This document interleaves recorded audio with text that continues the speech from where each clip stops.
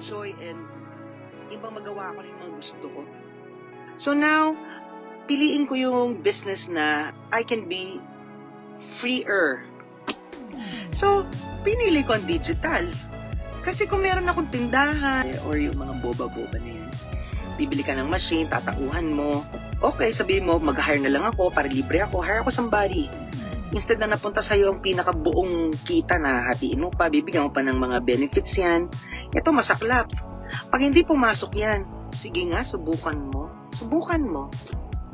Tapos ikaw may sarili kang lakad. Tapos, ay, hindi mabubuksan yung boba shop. Hindi siya mabubuksan, hindi papasok si ganito. O, sino papasok?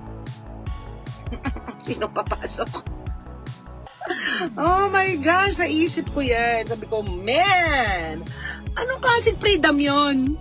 Parang mali. Sabi ko, parang mali yun. Sabi ko, pagkatapos mamumuhunan ka, magrerenta ka ng mga lugar, yung mismong tindahan mo, ililis mo yan.